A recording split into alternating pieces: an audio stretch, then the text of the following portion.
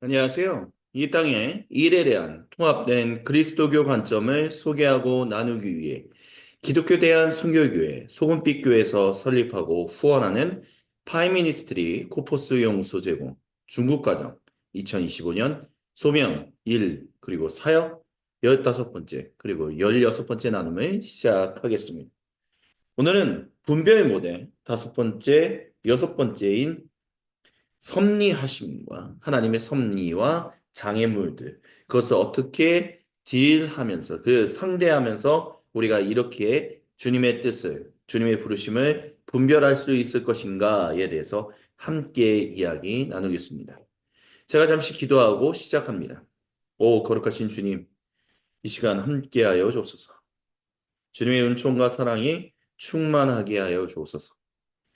나누는 첫 시간이 오니 마치는 그 시간까지 주님 우리에게 찾아와 주셔서 함께하여 주시고 주님의 지혜와 능력을 우리에게 넉넉하게 허락하여 주옵소서. 주님께 모든 영광을 올려드리며 살아계신 우리 주 예수님의 이름으로 기도드립니다. 아멘.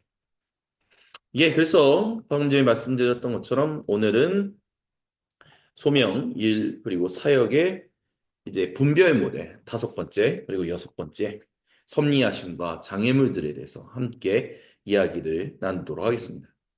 그래서 15번째 나눔의 제목은 우리 삶 안에 하나님의 섭리하심입니다. 섭리적인 상황들을 통해서 우리는 주님의 부르심을 분별할 수 있다라는 것이죠. 세속적으로 접근하는 방법들을 보면 이런 어떤 하나님의 섭리함에 대해서 이제 풀어가는 어떤 세속적인 접근 방법은 정신적인 어떤 결정에 의해서 그거를 하나님의 섭리하심이라고 생각하는 거다. 이렇게 접근하는 사람들도 있고요. 사회학적으로 접근하는 사람들도 있고요. 또 정서적인 필요들 때문에 그것이 바로 하나님의 섭리하심이다라고 얘기하는 사람들도 있다라고 말합니다. 환경적 요인들, 그리고 욕구들의 위계 구조에 의해서 이런 것들이 또한 일어나는 것이다. 이렇게 말하는 사람들도 있습니다. 정신적인 결정 요인은 실제거나 상상으로 지은 죄의 반응과 같은 무의식적이고 때때로 죄책감과 회한의 의식적 감정들은 종종 신학적 부르심의 기초가 된다라고 말합니다. 그러니까 우리가 실제로 지은 또는 상상으로 지은 모든 하나님과 관계없는 것들에 대해서 우리가 때때로 무의식적으로 또는 의식적으로 죄책감을 가지게 되는데 그에 대해서 후회하는 감정을 가지게 되는데 거기에서 우리는 어떤 하나님의 부르심이라는 그 기초를 쌓게 된다. 이런 얘기를 한다는 거죠. 사회학적 접근은요. 그냥 농부들은 옛날 중세 시대에 모든 농부들의 아들들로부터 모집되었다라고 합니다. 그러니까 결국에는 섭리한다라는 거의 개념에서는 그러니까 그 부모의 직업에 따라서 그 아들의 직업이 결정되는 것처럼 지금 21세기 사회에서도 어떤 주변 상황에 어떤 부모로부터의 영향이란지 친구들로부터의 영향이란지 아니면 학교로부터 영향 이런 것들을 통해서 결국에는 그 어떤 직업군을 가지게 된다. 그런 것을 가리켜서 섭리적인 것이다. 이렇게 섭리라는 말로 이제 표현하지만 사실 그런 거는 사회학적으로 일어나는 일련의 작용이다. 이렇게 접근하는 방법도 있어요. 환경적인 요인들은 환경과 소명을 찾는 사람들은 그들의 기술과 능력을 훈련하고 그들의 태도와 가치를 표현하며 동의할 수 있는 문제들과 역할들을 떠맡으며 동의하지 않는 것들을 피하는 것을 그들에게 허락한다. 이렇게 얘기했어요. 무슨 얘기냐라고 했었을 때, 이렇게 생각하시면 돼요. 결국은 소명적인 우리가 어떤 직업군을 선택하게 되는 것, 우리가 인생을 살아가는 것들을 선택하게 되는 것은 결국에는 환경적 요인, 그게 사회학적인 것과 크게 다를 바 없지 않냐라고 얘기할 수도 있겠지만, 환경적 요인이다라고 말하는 것은, 좀 더 사람의 바탕을 두고 있다라기보다는 여러 가지 어떤 주어지는 일련의 일들과 보다 더 긴밀하게 더 관련을 지어서 설명하는 것이다. 이렇게 볼 수 있을 것 같아요. 다시 한번 말씀드린다면 사회학적 요인 접근은 어떤 사회적 관계, 사람과 사람의 관계로부터 어떤 직업군이나 어떤 자기 인생길을 선택하게 된다라고 접근한다면 환경적 요인이라는 것은 사람 대 무엇인가의 어떤 영향들을 통해서 사람의 직업이 선택되고 사람이 어떻게 살아가는 삶의 길이 결정된다라고 바라보는 것이 환경적 요인이다라는 거예요. 인격성과 정서적 필요다라는 것은 소명의 선택은 주로 이성적이거나 논리적이 아니라 약간의 가려진 충동적인, 정서적인, 그리고 반사적인 과정이며 항상 실천적이거나 합리적인 고려 사항은 아니다라고 이제 얘기해요. 그러니까 부르심, 뭐 인생길을 선택한다, 직업을 선택한다 이런 것들은 충동적으로 결정된다는 거예요. 정서적으로 나에게 좋은 영향을 끼쳤던 어떤 그런 것들을 통해서 이제 결정하게 되는 아니면 반대로 나쁜 영향들이 정서적인 것이 있기 때문에 그것에 반대급수적으로 튀어나가서 어떤 소명을 선택하게 되는 직업군을 선택하거나 삶의 길을 선택하는 경우들이 있다라고 말하는 것이 이제 인격성과 정서적 필요다라고 얘기할 수 있다는 거죠. 욕구들의 위계 구조다라고 해서 매슬로우 같은 경우는 가장 밑에 신체적 욕구가 채워지면 안전의 욕구, 그 다음에 가족과 사랑의 욕구 이렇게 하나하나 올라가며 마지막에는 자아 실현을 향한 욕구가 있다. 하면서 이제 그런 것들을 따라서 어떤 사람의 삶의 길이 선택되고, 그 다음에 직업이 결정된다. 이렇게 얘기를 해요. 그래서 발달 이론 같은 것들을 본다면 청소년 시기의 어떤 환상, 근데 그것이 어떤 일련의 과정을 통해서 잠정적인 시기를 거쳐서 실제로 현실을 이제 깨닫게 되는 일이 일어난다라고 하죠. 그래서 환상과 그런 잠정적인 시기, 현실에 좌절하는 것을 통해서 이제 타협점을 다른 말로 한다면 절충안을 찾는 시기가 있다. 그런 것들을 이제 발달 이론으로 이제 뭐 직업을 선택한다든지 아니면 소명적인 어떤 삶의 길을 선택하는 그런 이들이 있다. 이제 그렇게 얘기하는 거예요. 이런 접근들은요, 경력 선택에 있어서 다양한 요인들이 있다라는 것을 일단 보여줘요, 긍정적으로. 그래서 그들 중 대다수가 무의식적으로 그런 일이 일어난다라고 말합니다. 그래서 이 접근들은 인생 단 한 번의 소명적 결단보다는 소명적 과정의 중요성을 강조해요. 근데 이제 안타깝게도 이제 그러니까 긍정적인 측면에는 이런 두 가지가 있다는 거죠. 뭐 세속적인 접근에 있어서. 하지만 소명을 단순하게 방금 전에 말씀드렸던 것처럼 경력, 직업으로 축소시키는 경향이 있다는 것을 기억해야 합니다. 하지만 하나님의 섭리하심을 통해서 우리의 인생길이 결정된다라든지 우리의 직업군이 선택된다라고 한다면 우리는 조금 더 다른 어떤 폭넓은 그런 것들을 발견할 수 있다라고 말할 수 있을 것입니다. 하나님은요, 소명을 지도해 주시는 분으로서 일하시는 분이에요. 불살렐의 직업군, 그리고 그가 어떻게 살아가야 하는지에 대해서, 에스더에 대해서, 다니엘에 대해서, 느헤미야에 대해서, 도로가나 다비다, 구약 성경부터 신약 성경까지 하나님의 백성들이 어떻게, 어떤 직업군을 가지고 또 어떤 삶의 길을 살아가야 할 것인가라고 했었을 때 그들을 이끄신다는 거예요. 근데 그것이 여러 가지 다양한 형태로 나타난다라는 거죠. 또한 소명 모델로서 하나님은 우리에게 일하시는 분이에요. 구속적인 일을 하시는 분, 창조적인 일을 하시는 분, 정의로운 일을 하시는 분, 자애롭고 계시적인 일을 하시는 분으로서 하나님은 소명 모델을 우리에게 분명하게 보여주십니다. 그리고 우리를 그 소명으로 부르시죠. 인간에 대한 소명, 그리스도인에 대한 소명, 개인적인 그리고 인격적인 소명으로 부르신다는 거죠.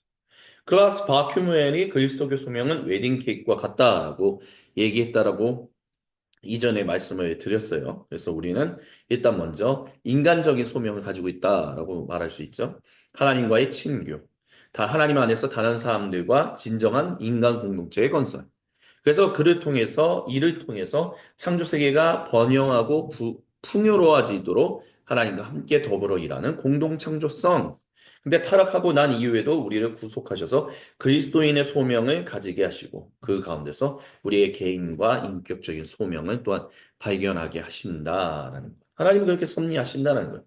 그러니까 소명의 직업군, 뭐 삶의 길을 선택하는 데 있어서 여러 가지 세속적인 접근들이 있는데 그것은 다양한 접근 방법들이 있다. 소명을 발견할 수 있는 다양한 접근 방법들이 있다라는 것을 긍정적으로 보여주면서 또한 동시에 소명은 단 한 번의 결정적인 선택이 아니라 끊임없이 일어나는 과정이다라는 것을 보여주는 어떤 긍정적인 일들을 하지만 반대로 소명은 너무 경력으로만 직업으로만 말하는 안타까운 점이 있다라고 말하는 거잖아요. 그런데 그런 모든 것을 통해서 우리가 기억해야 할 것은 하나님이 섭리하심이 있다는 거예요. 하나님의 섭리하신 가운데 우리의 삶을 이끄시는, 삶의 길을 이끄시고 직업군을 선택하게 하시는 그런 일을 하시는 분이다라는 거죠. 그래서 하나님 말씀에 중요한 것은 성경은 안내자로서의 하나님을 분명하게 우리에게 드러내 주고 있습니다. 그럼 어떠한 목적으로 우리를 그렇게 안내하시는가라고 했었을 때 그리스도 안에서 모든 것을 새롭게 하시고 유일하신 하나님의 단일 백성이 되게 하는 것. 그래서 리 하디는 그리스도 안에서의 구속은 하나님의 온 창조 세계를 갱신하는 것을 의미한다라고 말합니다. 창조 세계 대부분을 다 사용한 추진 로켓처럼 내버리시고 인간 영혼을 천국으로 이동시키는 것이 아니다. 구속은 그런 게 아니다라고 말한다는 거죠. 그래서 하나님은 그렇게 우리의 인생 가운데 섭리하시는 분이에요. 구체적으로 찾아오셔서 관계 맺으신다, 간섭하신다, 뭐 여러 가지 다양한 표현으로 얘기할 수 있을 것입니다. 에미 블루너 같은 경우는 그분에게 있어서 당신이 지금 여기에 있다는 것과 그분이 반드시 합의를 이루시고야 만다는 것은 액시던트, 사고가 아니라 하나님의 섭리하심에 있는 것이다, 바탕을 두고 있는 것이다 라고 말했어요. 사실 하나님은요, 우리가 신뢰, 감사, 그리고 믿음을 활성화시켜야 한다는 것보다 우리 삶의 목적에 더 흥미를 가지십니다. 우리의 삶에 관심을 가지시고 우리의 인생이 어떠한 인생길로 걸어가야 하는지 거기에는 직업도 포함되죠. 하지만 직업을 뛰어넘어서 어떠한 삶의 인생의 모습을 가지고 살아가야 할 것인가라는 것에 더 흥미를 가지고 있다라는 것을 기억해야 합니다. 하나님은 그렇게 또한 우리 인생에 섭리하신다, 간섭하신다라는 것을 기억해야 돼요. 전 인류 이야기를 가치 있는 완성으로 가져가신다라는 하나님의 투지가 있다라는 것은 우리에게 희망과 위험 부담의 영감을, 리스크 테이킹의 영감을 풀어넣으신다라고 말할 수 있습니다. 실수도 하나님의 전체 목적 안에 통합돼요. 경력이, 경력을 결단하는 것은 변경할 수 없는 오직 유일한 선택이다라고 말하는 것은 잘못된 것입니다. 그렇기 때문에 우리가 결단을 내리는 무게감이 줄어들게 돼요. 교만한 이기주의와 비굴한 공포로부터 구원받을 수 있게 됩니다. 이것을 대표적으로 보여주는 것이 바로 성경 안의 인물인 요셉입니다.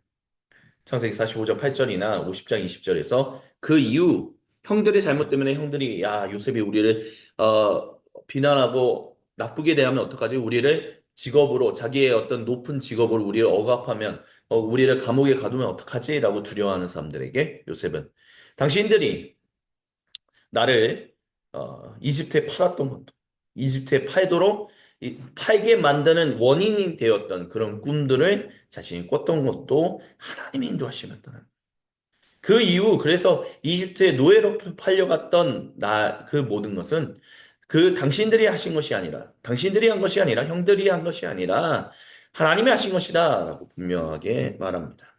하나님 섭리의 빛 안에서 우리는 미래를 위한 하나님의 뜻을 분명하게 알 수 있어요.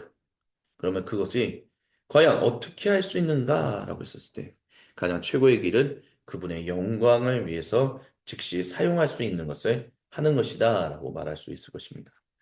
칼바라트는 거룩한 실험을 우리 인생 가운데 도전해야 한다라고 독려해요. 사람이 오직 일을 착수할 때 자신의 운용 범위에 대해 아는 것을 지죠. 그러니까 자신이 어디까지 할 수 있는가, 내가 어디까지 감당해낼 수 있는가, 내가 어디까지 모든 것들을 맡아서 할 수 있는가라는 점을 진실로 배울 수 있다라고 칼바르트는 얘기했습니다. 그러니까 거룩한 도전을 해야 한다는 인생에 있어서 머물러 있지 말고 두려워하지 말고 뛰어들어라. 하나님이 너희 인생 가운데 함께 하신다. 섭리를 운으로, 기회로, 업보로, 자기 인식과 자율성 결정론으로 얘기해서는 그렇기 때문에 안 된다라고 얘기할 수 있을 것입니다. 왜냐하면 하나님은 우리의 모든 것들을 아시고 우리의 모든 삶의 자리 가운데 항상 함께 하셔서 우리의 인생을 간섭하시고 우리와 함께 대화 나누시고 교제하시면서 결국 우리로 하여금 정말 도전하는 인생을 살아가게 하시고 위험 부담을 감수하게 하신다는 거예요. 그것을 통해서 우리의 삶의 길이 결정되고 그 삶의 길을 가게 되고 결국 또 직업들이 선택되는 일들이 있다는 거죠. 그래서 섭리의 하심을 통해서 우리가 소명을 분별할 수 있는 것은 항상 기억해야 하는 게 하나님이 우리의 길을 이끄시는 그 길은 리스크 테이킹을 근데 긍정적으로 할 수 있게 인도하시는 길이다라는 것을 기억할 수 있어야만 합니다. 우리가 가는 길에 있어서 하나님의 항상 섭리하심이 있기 때문에 우리의 인생길을 선택하는 것, 그리고 또한 직업을 선택하는 모든 것들은 여러 가지 다양한 것들을 통해서 이루어지며 한 번의 선택이 아니라 계속되는 어떤 그런 지속되는 어떤 과정 가운데 있다라는 것을. 근데 그것이 모두 다 하나님의 일하심 안에 있다라는 것을 기억하는 것. 그것이 우리가 우리의 인생을 분별하는 데 있어서 하나님의 부르심을 온전히 분별하는 데 있어서 쓰일 수 있는 좋은 모델이 된다라고 말할 수 있을 것입니다. 이렇게 15번째 섭리하심까지에 대해서 얘기를 나누고요. 이제 16번째 섭리 분별 모델의 또 다른 것인 6번째인 장애물과 역기능에 대해서 함께 이야기를 나누도록 하겠습니다. 아까 전에 잠시 말씀을 드렸지만 우리는 공동체적인 확증을 통해서 이 모든 것들을 우리가 사용할 수 있습니다. 우리가 자신에 대한 신학에 대해서 이야기를 나눴었죠. 근데 우리가 조금만 더 주목해서 좀 다가갔으면 좋겠어요. 한자가 지워져서 조금 아쉽긴 한데 전 다음번에는 좀 수정하도록 하겠습니다. 우리는 우리를 향하신 하나님의 관점을 제외한 채 우리가 누구인지를 진실로 안다라고 할 수 없어요. 우리를 향하신 하나님의 관점을 우리는 반드시 가져야 돼요. 이 얘기를 했었죠. 그래서 우리의 정체성은 우리가 누구의 우리인가에 대해서 기초한다라고 했습니다. 그래서 우리는 하나님의 형상으로 창조된 사람들이에요. 형상은 죄로 인해서 뭔가 깨진 것 같지만 전멸되지 않았다라고 우리는 말씀을 드렸습니다. 그래서 우리를 구속하신 그분 가운데서 우리는 제한된 자유를 가져요. 하지만 그 제한된 자유가 어마어마한 자유다라는 것을 우리는 기억하고 행동하며 살아갈 수 있어야만 합니다. 그렇기 때문에 우리는 성화되어야만 하는 존재예요. 거룩해져야만 하는, 성결해져야만 하는 존재들입니다. 이것은 자기애로 가득 찬 내 자신이 그것을 내려놓게 되는 것 또한 동시에 너무 육체 그 자체는 완전 죄악 덩어리이기 때문에 다 벗어버리고 새롭게 덧입혀지는 새로운 존재가 마치 있다라는 식의 그런 얘기들도 벗어버리는 것이다라고 할 수 있어요. 왜냐하면 그런 모든 것들이 우리로 하여금 장애물이 돼요. 우리에게. 내 모든 것들이 하나님 앞에서 자기애로 가득 차게 되는 것. 또는 너무 죄책감으로 가득 차게 되는 것, 그것이 실제로 내가 건강한 나로 하나님이 부르신 하나님의 형상으로 살아가는 부유한 존재라는 나라는 관점을 회복하는 데 있어서 매우 큰 장애물이 된다라는 것입니다. 그래서 많은 사람들이요, 특별한 삶의 길을 선택하는 데 있어서 그들의 믿음과 관계를 만들지 않는 외적인 요소들에 의해서 그렇게 특별한 삶의 길을 선택하게 돼요. 그래서 뭐 죄책감 때문에 죄책감을 벗어버리기 위하여 나는 완전히 수도사가 되어서 살아갈 거야. 예, 너무 극단적인 예일 수도 있지만 뭐 그렇게 말할 수도 있겠죠. 뭐 여러 가지 다양한 것들이 있을 수 있다라고 우리는 생각해 봐야 합니다. 또한 많은 사람들이 공적인 서비스의 역할들을 선택하거나 프로파일을 내세울 만한 직업들을 그들 자신들에게 분명하지 않은 본심을 알 수 없는 이유들로 인해서 선택하게 돼요. 부모와의 친밀감 또는 힘 또는 지위에 대한 필요 때문에 그런 직업들을 선택한 누군가로부터 내가 더 인정받고 싶어서 이 직업을 선택할 거야. 뭐 이런 식의 것들. 그래서 뭐 세 번째 그가 바로 그런 거죠. 어떤 사람들은 그들의 마음이 그 안에 있지 않더라도 그들의 부모를 기쁘게 하는 인생 행로와 직업을 선택하게 된다는 거죠. 또 교회 안에서는요, 직분 선택과 같은 경력 선택이 결혼 상대를 선택하는 것과 같아요. 그러니까 한번 그 직업군을 받으면 계속 그 직업군 교회 안에서의 그 직분으로 살아가야 한다라고 생각하는 것들도 그런 대표적인 예라고 할 수 있을 것입니다. 내가 장로 역할을 더 이상 하지 않는데 장로라는 이름으로 불리는 것. 내가 더 이상 집사의 역할을 하지 않는데 집사의 이름. 내가 더 이상 목회를 하지 않는데 목사라고 계속 부름받는 것. 다른 사람들이 그렇게 호칭해 주는 것. 그런 것들이 우리에게 이상한 내적 환상을 넣는다는 거죠. 그래서 자기를 기만하는 우리의 능력은 정말로 정말로 엄청납니다. 그리고 그 경력이 전생에 계속해서 이어져요. 그런 모든 것들이 결국에는 이런 인티머시, 친밀감, 파워, 힘, status, 지위와 관련돼서 연결된다라는 것이죠. 그것으로부터 형성되어 나오는 것이다라고 말할 수 있다는 거죠. 거짓된 자신을 우리는 벗을 수 있어야만 합니다. 거짓된 자신이 누구냐? 거짓된 자기가 누구냐라고 했었을 때 일단 첫 번째는 행복을 위한 우리의 정서적인 프로그램 뭐 이런 것들. 그러니까 우리의 전기라는 것은 결국에는 우리의 인생의 어떤 기록을 남기는 거죠. 인생의 기록을 위해서 우리의 인생의 기록이 정말 온전하게 남기 위해서 핵심은 행복을 위한 거야라고 얘기합니다. 행복하기 위해서. 그래서 그런 얘기도 많이 하잖아요. 오늘날 많은 사람들이. 야, 너는 너의 인생이 행복하기 위해서 먼저 너의 인생이 행복하게끔 만드는 것을 선택해야 돼. 그게 직업이야. 뭐 그것을 찾을 때까지 네가 가장 행복할 수 있는 것을 찾을 때까지 너는 한번 열심히 이것도 해보고 저것도 해봐. 많은 사람들이 그렇게 얘기합니다. 근데 내가 과연 나를 행복하게 만드는 그 일을 평생 한다라고 해서 내가 행복해질 것이냐라고 했을 때 사실 그렇지 않다라는 것을 우리는 잘 인식하지 못할 때가 많아요. 왜냐하면 내가 그 일을 하면 영원히 행복할 줄 알았는데 행복하지 않다라는 것들을 발견하게 되기 때문입니다. 이런저런 이유들로 인해서 그렇다는 거죠. 그리고 또한 우리 인생의 이야기가 깨어지는 일들이 일어나는 게 왜냐하면 결국에는 필요에 대한 것들이 너무 많기 때문에 그래요. 그러니까 너가 정말로 행복한 일을 찾으면 너는 너가 정말 성공된 인생을 가지게 되는 것은 너가 행복할 수 있는 그 일을 찾으면 가능할 거야, 라고 얘기해요. 근데 그것도 결국 보면 필요로부터 나오는 거야. 내 필요. 나를 행복하게 만드는 필요로부터 내 직업을 선택하게 되고 내 인생길을 선택하게 된다라는 거죠. 근데 나를 행복하게 만드는 게 과연 무엇일까요? 생존에 대한 것일까요? 애정에 대한 것일까요? 아니면 힘에 대한 것일까요? 나를 정말로 행복하게 할 수 있는 도대체 행복 그 자체라고 말하는 그게 도대체 뭘까요? 또한 어떤 것들이 보기에는요, 해롭거나 위험 또는 거절해야 할 때 우리는 고통을 주는 감정들을 표현할 수밖에 없다는 이런 것들. 그래서 참으로 어려운 어떤 그런 것들을 보게 되죠. 관상적인 기도는 우리를 이 거짓된 자신과 마주하게끔 한다. 거짓된 자신. 그래서 복음의 기치로 사는 것에 동의하는 실천적 기초가 된다라고 합니다. 그래서 토마스 캐팅이 그렇게 얘기했어요. 변화되는 것을 위한 노력은 덕목의 실천들이라고 부르게 됩니다. 우리가 만약 우리의 갈망들과 혐오감들에 더 이상 해석 또는 활동하도록 물 주지 않고 마르도록 한다면 그들은 사막의 씨앗들처럼 말라버릴 것이다. 토마스 키팅이 하는 얘기의 핵심은 그겁니다. 행복을 위해서 너의 인생을 찾아야 돼. 너를 정말 행복하게 만들 수 있는 그 무언가를 찾는 게 중요한 거야. 라고 말하는 것이 거짓된 자신은. 왜요? 나를 행복하게 만드는 것이 뭔지는 결국 거기서 말하는 행복이라는 건 필요로부터 나오는 것이기 때문에. 근데 무엇을 바탕을 둔 필요냐라는 거예요.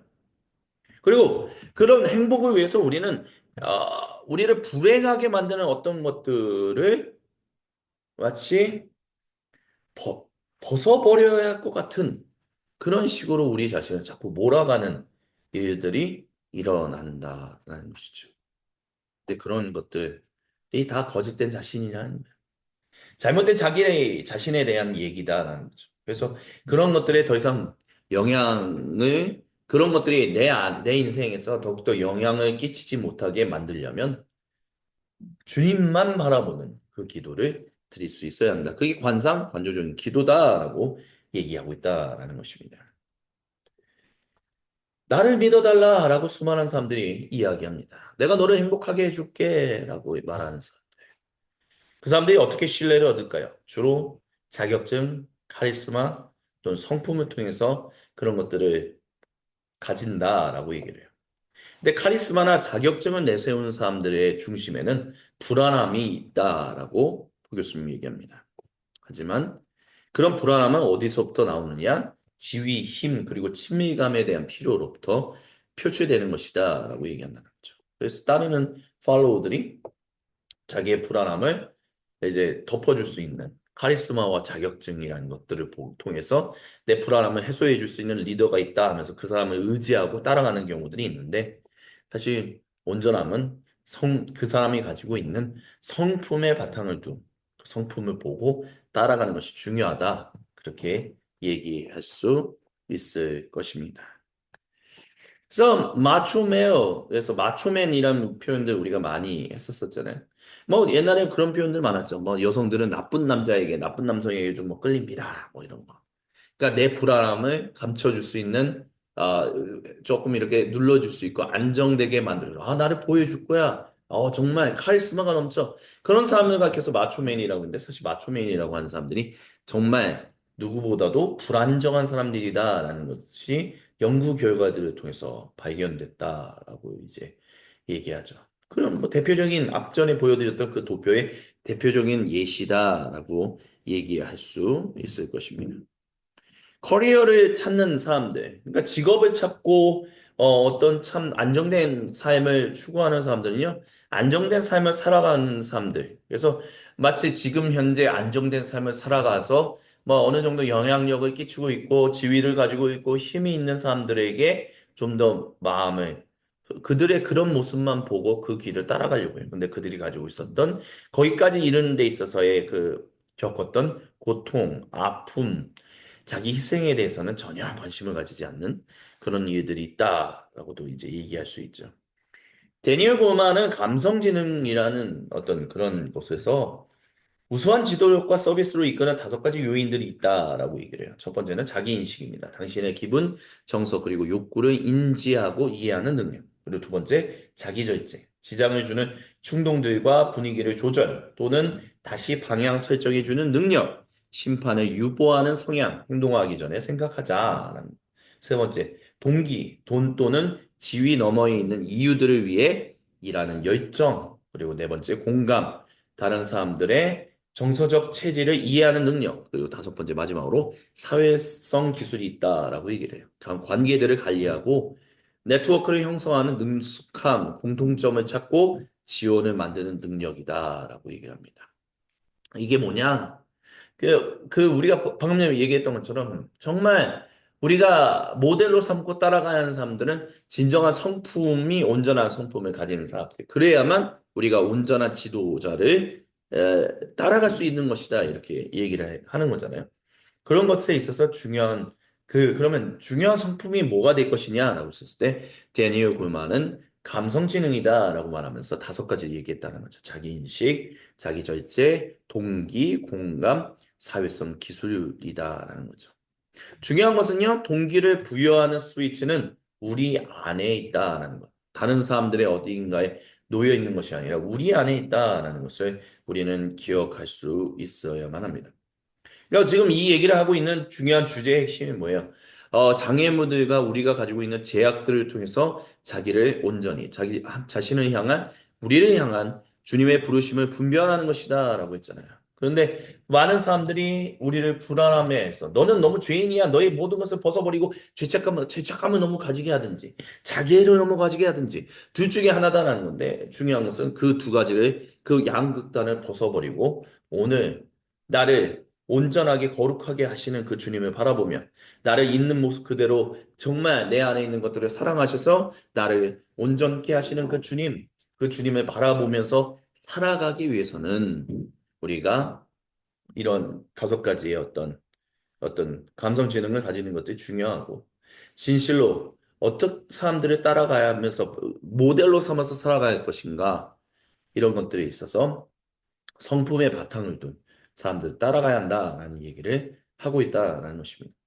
그리고 누구보다 가장 중요한 모델은 주님이에요. 주님. 근데 주님이 우리 안에 계시기 때문에 임마누엘로서 우리와 함께 하시는 분이기 때문에 우리 안에서 우리로 하여금 정말 온전한 사람으로 주님의 부르심을 따라 살아갈 수 있도록 온전한 삶의 인생을 살아갈 수 있도록 또한 온전한 직업을 선택하면서 살아갈 수 있도록 주님은 우리의 동기를 부여하는 스위치를 우리 안에 두고 계시다는 거죠.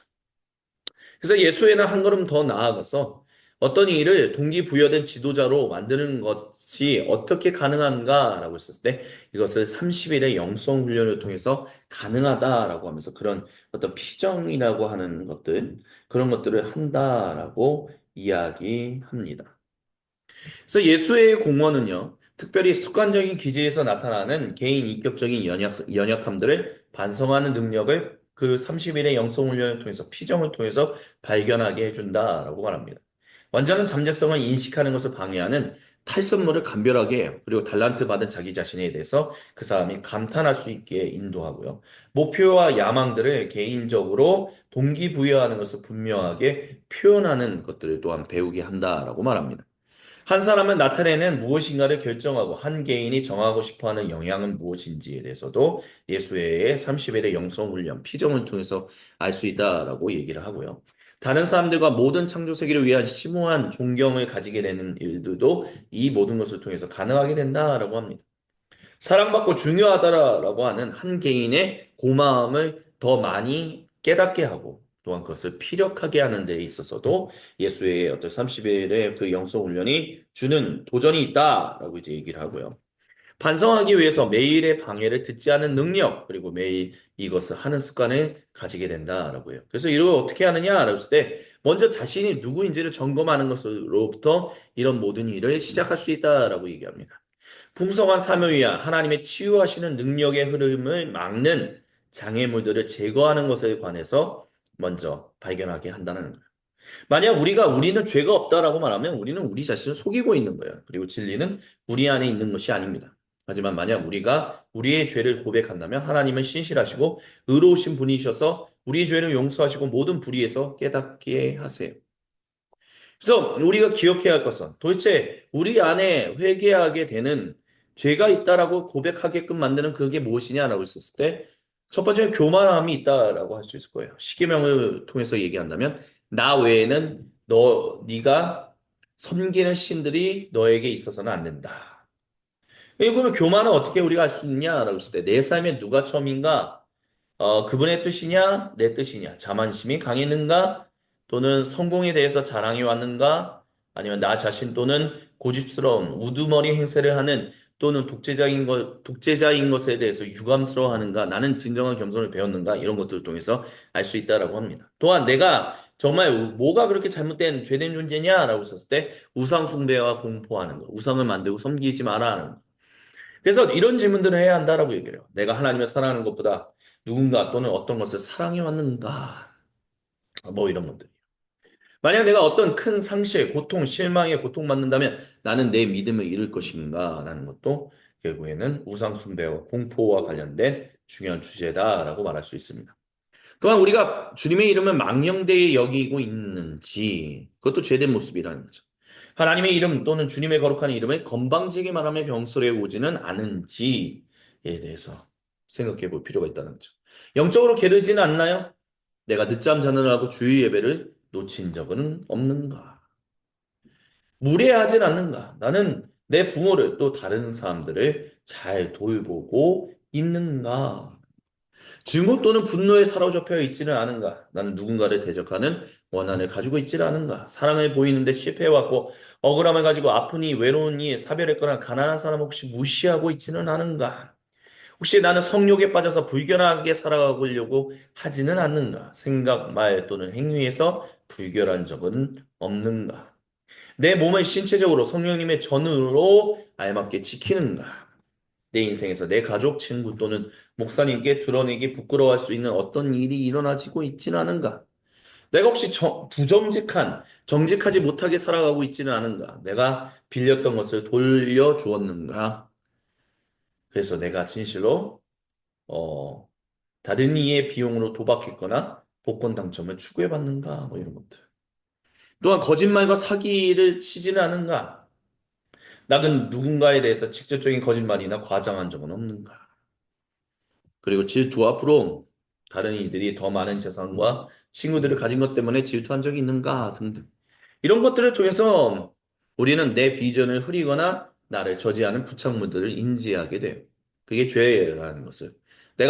삶의 길이 왜곡됨으로 나타나는 결과들이 나로 하여금 오히려 하나님의 형상을 회복하고 그 형상대로 더욱더 풍성한 인생을 살아가는데 있어서 방해가 되는구나라는 것들을 발견하게 된다는 거죠. 그걸 알게 되면 주님이 질문하십니다. 네가 낫기를 원하느냐? 정말 제가 낫기를 원합니다. 라고 했을 때 주님의 치유가 일어나게 됩니다. 그리고 우리는 이제 내가 하나님에 의해서 사랑받고 있음을 알아가게 되고요. 내가 달란트 받았고 선물 받았음을 알게 됩니다. 그리고 내가 가기 원하는 것을 알게 되고요. 내가 얼마나 내 자신을 방해할 수 있는지에 대해서도 알게 됩니다. 또한 내가 무엇을 위해 대표하고 내가 무엇을 만들기 원하는지 그 공헌을 결정해야 한다는 것도 알게 됩니다.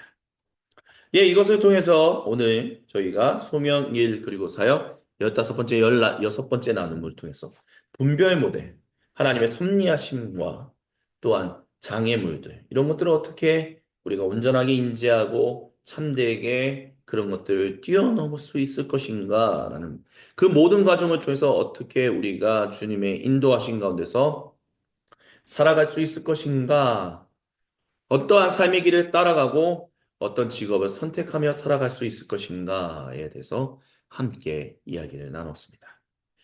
예, 이제 다음 시간이 이제 소명일 사역 그리고 사역 마지막 시간입니다. 그래서 우리는 분별 모델 7, 8로서 하나님의 음성과 소명적 거룩이란 주제를 가지고 이제 마지막 소명에 대한 이야기를 나누고자 합니다. 지금 이 시간까지 함께 해주신 모든 분들께 감사를 드리고요. 다음 시간에 마지막으로 찾아뵙도록 하겠습니다. 감사합니다.